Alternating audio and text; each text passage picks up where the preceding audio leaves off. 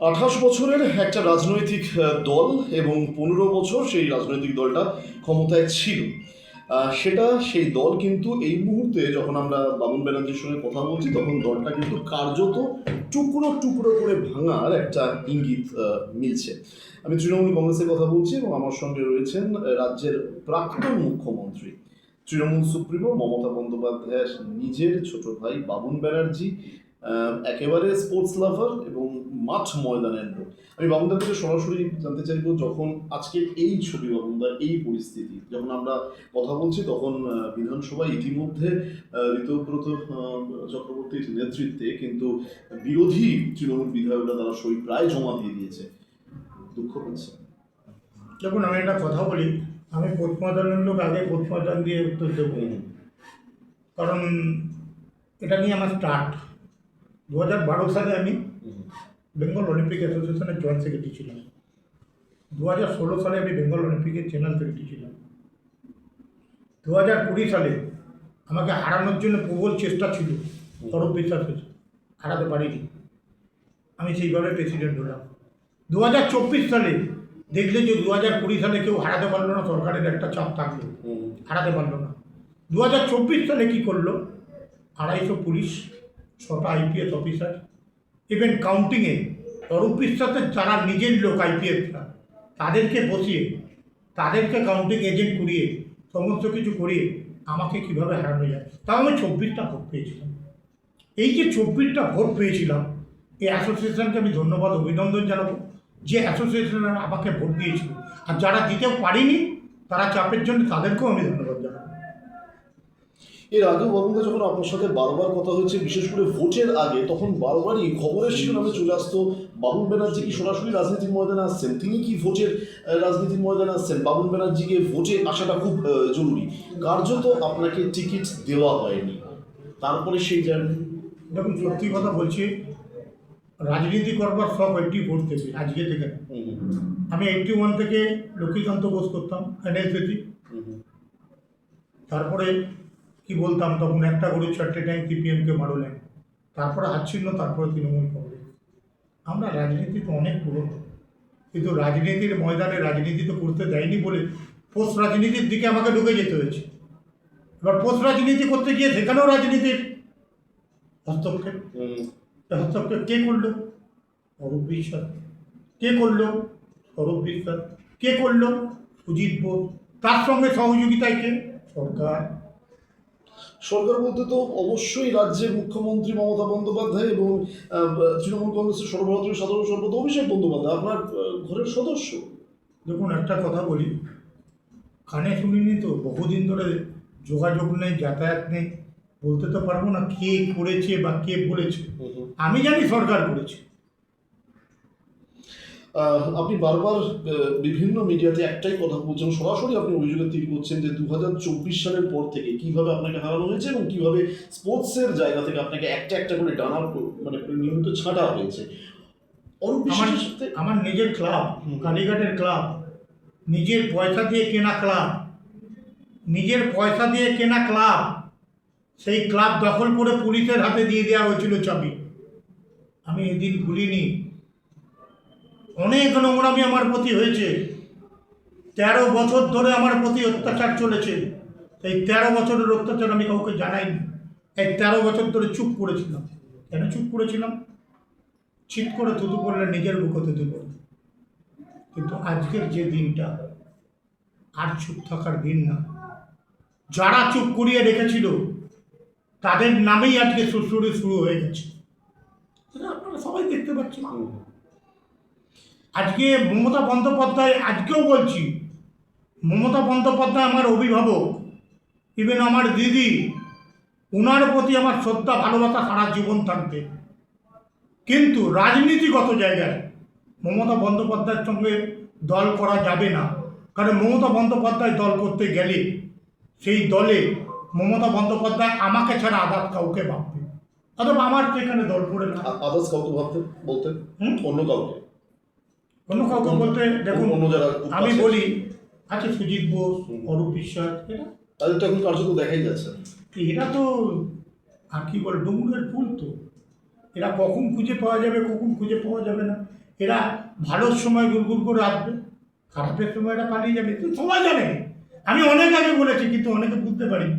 Actually রাজনীতিটা অনেকে বোঝে না, আমি রাজনীতিটা বুঝি, আর রাজনীতিটা বুঝি বলেই এই কথাগুলো বলেছি। আমার কথা কেউ কানে লাগি, আজকে যেটা বলছি কালকে সেটা কেউ বলতে পারেনি যেটা আজকে আমি বলে দিচ্ছি।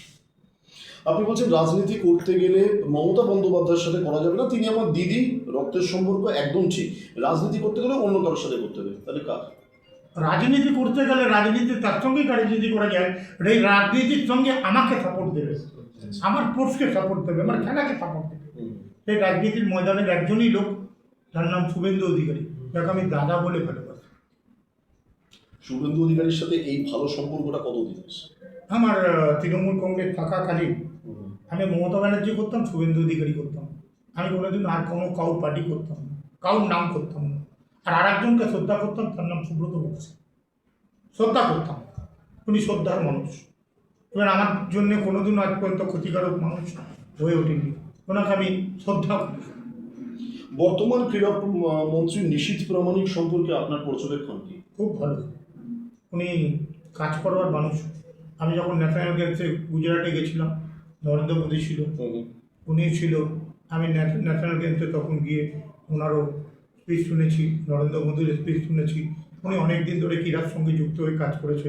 ইভেন অশোক দিন্দা আমার ছোটো ভাইয়ের মতো, কিন্তু আজকে আমার প্রতিমন্ত্রী। আমি প্রতিমন্ত্রীকে হওয়ার জন্য ধন্যবাদ, অভিনন্দন জানাবো। আমি মনে করি রিলেশনটা তো একদিনের না।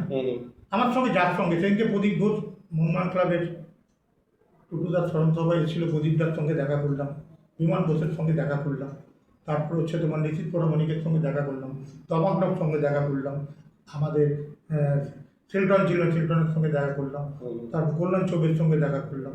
এছাড়াও অশোক দিন্দা ছিল, সৌরাশিস লাইডি, যারা ছিল আমার খুব কাছের লোক। আমি পলিটিক্স করি না মাঠ ময়দানে, আমি ময়দানে টুটুদা যেমন আমার সম্বন্ধে, মুখ্যমন্ত্রী স্টেজে আছে বললো বাবুনের মতো এরকম ছেলে হয় না, টুটুদা লাভ বলেই গেছে।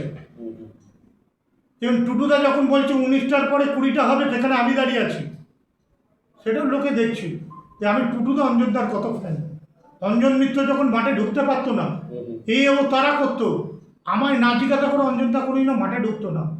আমার অনেক ইতিহাস আছে ময়দানে, আমার যা ইতিহাস আছে, আমার মতো একটা ইতিহাস তৈরি করা ওই ময়দান, এরম গ্রাসরুট ময়দান লোক আপনি একটা খুঁজে পাবেন কিনা দেখুনি, একটা খুঁজে পাবেন কিনা। ময়দান হয়তো অনেকে হয়তো কর্মকর্তা হয়েছে, কিন্তু আমি গ্রাসরুট আর কর্মকর্তা দেখতে পাবেন না। বাবুদা, এর আগেও আপনার সাথে আমার কথা হয়েছিল বছর 4-5 আগে, আমার মনে আছে আপনারই বাড়িতে। আপনি বলেছিলেন দিদি কি কষ্ট করে আপনাদেরকে মানুষ করেছে, এবং বলতে গিয়ে আপনার চোখে তখন জল চলে এসেছিল। দিদি অনেক কষ্ট করেছে। তাহলে কি মানে ক্ষমতায় আসার পর কার্যত চেঞ্জ হয়ে গেল? দিদির জায়গাটাকে না, দিদিকে এমনভাবে লোকে আগড়ে রেখেছে না, সেটা সবাই বুঝতে পেরেছে, শুধু আমি না, তার পশ্চিমবঙ্গের মানুষ। দিদিকে পুরো আগলে রেখে শেষ করে দিল কয়েকখানা মানুষ, এটা সবাই জানে। তার মধ্যে আজকে শুভেন্দু অধিকারী যখন পার্টিতে ছিলেন, শুভেন্দু অধিকারীর যখন করোনা হয়েছিল, তখন শুভেন্দু অধিকারী করোনার জন্য আমি শুভেন্দু অধিকারীর সঙ্গে কথা বলে শুভেন্দু অধিকারীর সঙ্গে সমস্ত কিছু করেছি। এবার শুভেন্দু অধিকারীর সঙ্গে দিনের পর দিন কথা হতো, কিন্তু মমতা বন্দ্যোপাধ্যায়ের সঙ্গে উনি ছিলেন, কিন্তু মমতা বন্দ্যোপাধ্যায় ওনার সঙ্গে ঠিক করেনি, কিন্তু উনি মমতা বন্দ্যোপাধ্যায়ের সঙ্গে ঠিক রেখেছিলেন। উনি কিন্তু ভালো মানুষ, উনি কিন্তু দাদা এই হিসেবে বলি, উনি যদি কেউ আপদে বিপদে পড়ে তার জন্য দেখায়। আমার ব্লাড ডোনেশন ক্যাম্পে আমি 23শে জানুয়ারি টুটু বোসের জন্মদিনে আমি 29 বছর ধরে রক্তদান শিবির করি। আজকে কালকে না যে মমতা ব্যানার্জির ভাই হয়েছি তার জন্য রক্তদান শিবির করছি, মমতা ব্যানার্জির ভাই হয়েছি পোস্ট ময়দানে ঢুকেছি।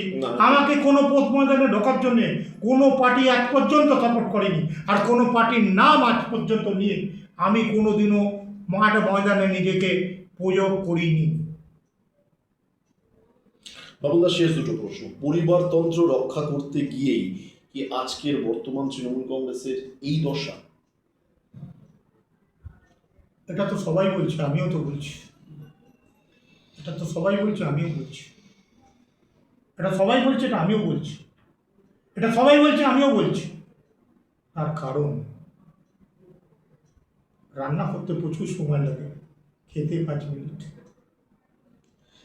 শেষ প্রশ্ন, বিজেপিতে জয়েন করছেন? এটা আমি এই মুহূর্তে বলতে পারবো না। খেলার ময়দানের লোক, আগে ময়দানটাকে ঠিক রাখবো। ময়দান যদি আমার ঠিক থাকে, আর ময়দান ঠিক রাখতে গেলে আমার ক্রীড়ামন্ত্রী আর মুখ্যমন্ত্রীর সঙ্গে সব সময় যোগাযোগ রাখতে হবে। ক্রীড়ামন্ত্রী মুখ্যমন্ত্রী যদি আমার পাশে থাকে, আমি ক্রীড়াক্ষেত্রে ক্রীড়াকে নিয়ে আসবো, এবার ক্রীড়াক্ষেত্রকে নিয়ে আসলেই মুখ্যমন্ত্রীর পাশে থাকা যাবে। বেশ, বাবুল ব্যানার্জির সঙ্গে আমরা কথা বললাম। আনকাট আলাপছাড়িতে অনেক কিছু কথা বললেন, অনেক কিছু কথা বললেন না। তিনি আগামী দিনে সরাসরি রাজনীতির ময়দানে আসছেন কিনা সেটাও কিন্তু তিনি একটা ধোঁয়াশা রেখে দিলেন। তার কারণ তিনি খেলার মাঠের লোক, খেলার মাঠকেই তিনি আগে প্রাধান্য দেবেন, তারপরে কি হয় তা অবশ্যই সময়ের দিকে আমাদের নজর রাখতে হবে। রাহুল গুপ্তের বিশেষ রিপোর্ট, দিশা শেখ নিউজ, কলকাতা।